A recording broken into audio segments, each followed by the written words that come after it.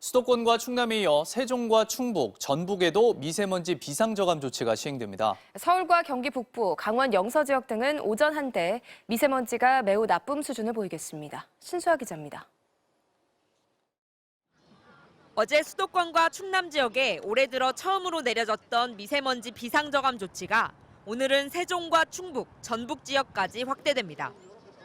환경부는 해당 지역들에 오전 6시부터 밤 9시까지 초미세먼지 위기경보 관심 단계를 발령하고 미세먼지 비상저감 조치를 시행한다고 밝혔습니다. 환경부 국립환경과학원에 따르면 오늘 미세먼지 농도는 경기 남부와 충북에서 매우 나쁨, 서울, 인천을 포함한 대부분의 지역에서 나쁨을 기록하겠습니다. 서울과 경기 북부, 강원 영서 지역 등은 오전 한때 매우 나쁨 수준일 것으로 예상됩니다. 미세먼지 비상저감 조치가 시행되면 석탄화력발전소 31기는 감축 운행에 들어갑니다. 비상저감 조치 지역 내 미세먼지 배출이 많은 사업장과 공사장도 운영 시간이 줄어듭니다. 배기가스 저감 장치가 없는 배출가스 5등급 차량은 해당 지역에서 운행할 수 없습니다. 국립환경과학원은 어제부터 중국 등 국외에서 미세먼지가 넘어왔고 여기에다 대기 정체로 국내 발생 미세먼지가 더해지면서 농도가 높아졌다고 설명했습니다. 다만 내일은 북쪽에서 찬바람이 내려오면서 오전부터 미세먼지 농도가 차차 해소될 것으로 전망했습니다.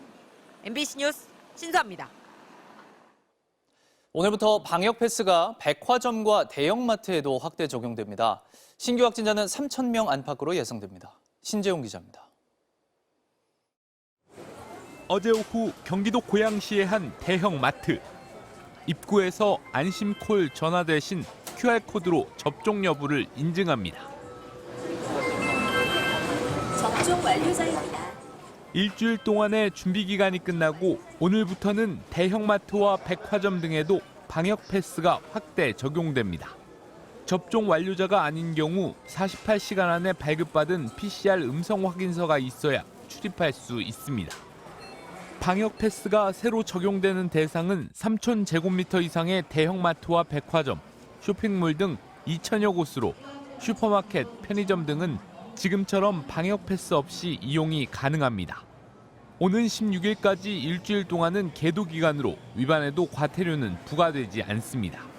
하지만 식당과 카페 등 이미 방역 패스가 도입된 시설의 경우 오늘부터는 유효 기간이 적용되고 위반 시 10만 원의 과태료가 부과됩니다.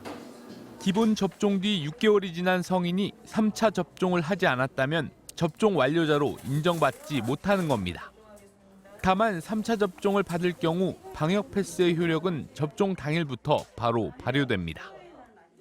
어젯밤 9시까지 전국에서 집계된 코로나19 신규 확진자 수는 2,805명으로 그제 같은 시각보다 297명 적었습니다. 신규 확진자와 중증 환자는 지난달 말부터 감소세를 이어가고 있지만 전문가들은 오미크론 유행에 대비해 3차 접종률을 높여야 한다고 지적했습니다.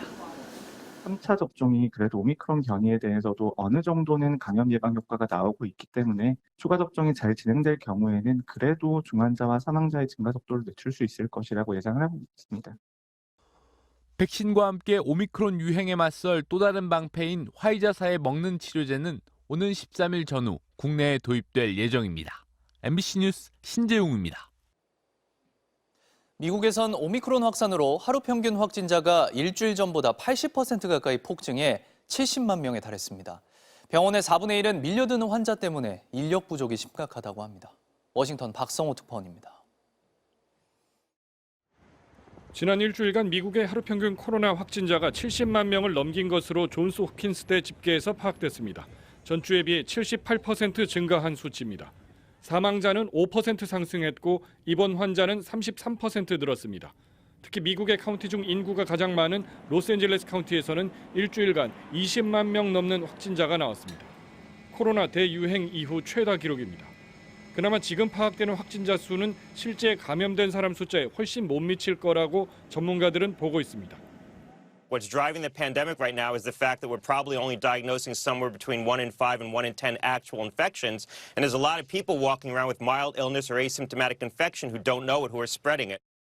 지금까지 미국에서 코로나에 걸린 누적 환자는 6천만 명에 육박하고 있습니다. 대략 미국인 5명 중 1명꼴입니다. 전문가들 사이에서는 궁극적으로는 코로나를 독감처럼 여기고 함께 사는 법을 배워야 할 것이라는 얘기가 부쩍 늘고 있습니다. This surge, we're going to have more Americans with immunity. Some earned the hard way through infection. Over the long run, we have to look at COVID along with flu, RSV, other respiratory viruses. 하지만 당장의 폭발적인 확진자 증가는 의료 역량에 상당한 부담을 주고 있습니다. 미국 보건부가 조사한 병원 5,000곳 중에서 1,200곳, 즉 24%에서 심각한 인력 부족을 겪고 있는 것으로 나타났습니다.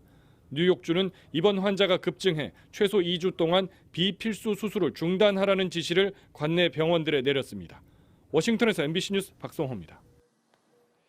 더불어민주당 이재명 후보는 소상공인들을 만나 선제적이고 대폭적인 손실 보상을 강조했고 국민의힘 윤석열 후보는 병사 월급 200만 원 카드를 꺼내며 20대 남성 표심을 겨냥했습니다. 국민의당 안철수 후보는 사흘째 충청 일정을 이어갔고 정의당 심상정 후보는 반려동물 공약을 발표했습니다. 최경재 기자입니다. 민주당 이재명 후보는 코로나19 음성 판정이 나오자 곧장 일정을 재개해 손실보상 사각지대에 놓인 소상공인들을 만났습니다. 손실보상 산정 방식에 대한 불만이 나오자 이 후보는 기획재정부를 강하게 비판하며 대폭적인 보상 확대를 강조했습니다. 매출 상한선을 10억을 만들어 놓으니 저희들은 지금까지 한 번도 손실보상을 받아본 적이 없습니다. 기재부 관료들의 이 책상머리 생각들 때문에 좀 진척이 잘 안 되긴 하지만 선지원, 후정산, 금융보다는 지원을 부분이 아니라 전부 지원을. 대중교통을 타고 시민과 소통하는 메타버스 시즌2 일정을 이어간 이 후보는 화제가 됐던 탈모 건강보험 적용에 대해선 재정 부담이 거의 없다며 추진 의지를 내비쳤습니다. 또 분양가 상한제와 분양 원가 공개를 민간에도 도입한다는 공약과 함께 비정규직에게 고용기간이 짧을수록 수당을 더 올려주는 공정수당 확대를 약속했습니다. 윤석열 후보의 여성가족부 폐지 주장에 대해선 정치적 목적으로 한쪽 편을 들면 안 된다고 비판했습니다. 외부 일정 없이 공약 점검에 집중한 국민의힘 윤석열 후보는 내년 병장 기준 67만 원보다 3배 이상 많은 병사 월급 200만 원을 약속하며 20대 남성 표심 잡기에 주력했습니다. 또 국가를 위해서 일하는 그런 분들한테 최저임금을 보장해야 된다고 하는 것은 그게 공정과 상식에 맞는 것이기 때문에 예산 지출을 조정해 5조 1천억 원을 마련하겠다는 건데 이는 과거와 크게 달라진 입장입니다. 방역 패스를 백화점과 대형마트에도 적용하는 건 외식, 생필품 구매 자유 침해라며 폐지를 촉구했습니다. 국민의당 안철수 후보는 촉법 소년 연령을 14살에서 12살로 낮추겠다고 약속하는 한편 단일화 가능성엔 거듭 선을 그었습니다. 정의당 심상정 후보는 개식용 금지와 반려동물 건강보험 마련을 약속하면서 패심 공략에 공을 들였습니다. MBC 뉴스 최경재입니다. 아들 이한열 열사의 뒤를 이어 평생을 민주화운동에 바쳐온 어머니 배은심 여사가 어제 82세로 별세했습니다. 문재인 대통령도 빈소를 찾아 고인을 추모했습니다. 이다영 기자입니다. 1987년 6월 9일 연세대 2학년 이한열 군이 시위 도중 경찰이 쏜 최루탄에 맞고 쓰러졌습니다. 아들은 26일 만에 결국 숨졌고 평범한 가정주부였던 어머니의 삶은 송두리째 달라졌습니다.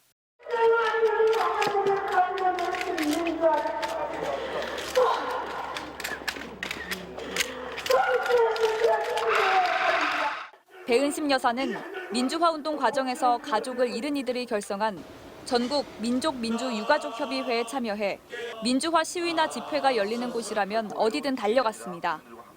1998년엔 무려 422일간 국회 앞 천막 농성을 벌여 민주화운동 보상법과 의문사 진상규명에 관한 특별법 제정을 이끌어내기도 했습니다.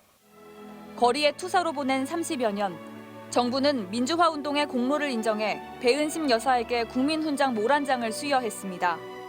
어머니는 전태일이 옆에 가 계시고 종철이 아버지 아들하고 같이 있어서 나 혼자 오늘 이렇게 훈장을 받습니다.